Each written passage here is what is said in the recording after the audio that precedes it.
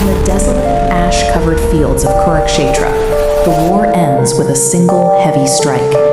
Bhima brings his mace down on Duryodhana, breaking his body and the power of the Kaurava line in the same instant.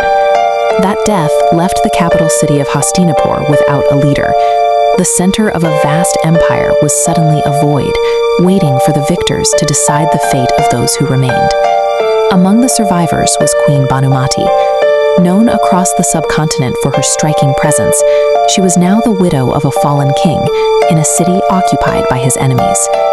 This raises a crucial question about the aftermath of the epic. What happens to a queen when the man who claimed her by force is no longer there to hold her? Her post-war life wasn't a random byproduct. It was the conclusion of a sequence forced off its tracks years before the war. To find the logic in her fate, we must look back to a time of peace, before the rivalry turned into total war. Beneath her role as a Kaurava queen, Bhanumati harbored a secret. She was in love with the Pandava archer, Arjuna, the very man her husband was obsessed with destroying. Living in the heart of Duryodhana's court, while loving his greatest rival, turned her existence into a daily, silent performance of loyalty to a marriage she never chose. The origin of this conflict was her Swayamvar, the ceremony where a princess publicly selects her husband. Her father, King Chandravarma, invited the most prominent names of the age to his palace. Dozens of banners from across the subcontinent lined the arena, representing every major power center of the era. Bhanumati intended to use the ceremony to make her choice official.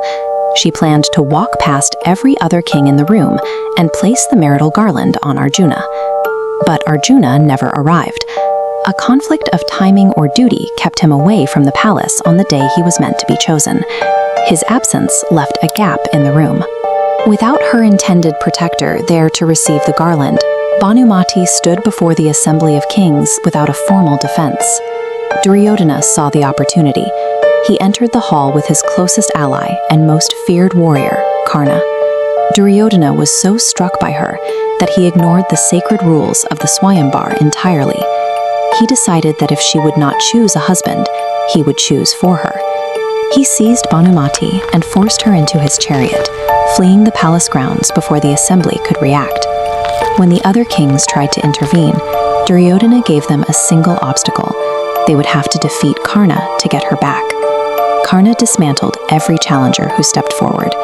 He defeated the formidable King Jarasandha and held the entire assembly at bay, proving that no one present had the strength to stop the abduction. Bhanumati was taken to Hastinapur and wed to Duryodhana, beginning a life defined by the man who had stolen her. Martial strength had successfully hijacked her life. The physical force of Duryodhana and Karna had overwritten her original choice, replacing her intent with their command.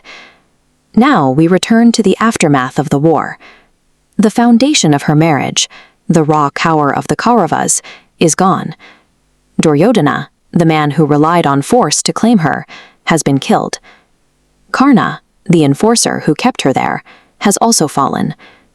The two pillars that held her in a life she didn't choose have both collapsed. With the removal of those who forced the detour in her life, the path she had originally set for herself was suddenly visible again.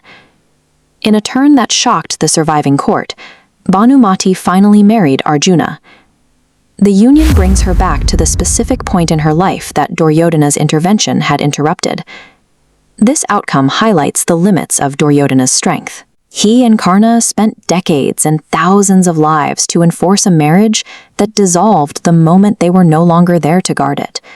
The Kurukshetra War dismantled the structures Duryodhana had built. While the Pandavas regained their throne, Bhanumati regained the choice she was denied at her own Swayamvar. Does this final marriage represent a restoration of justice?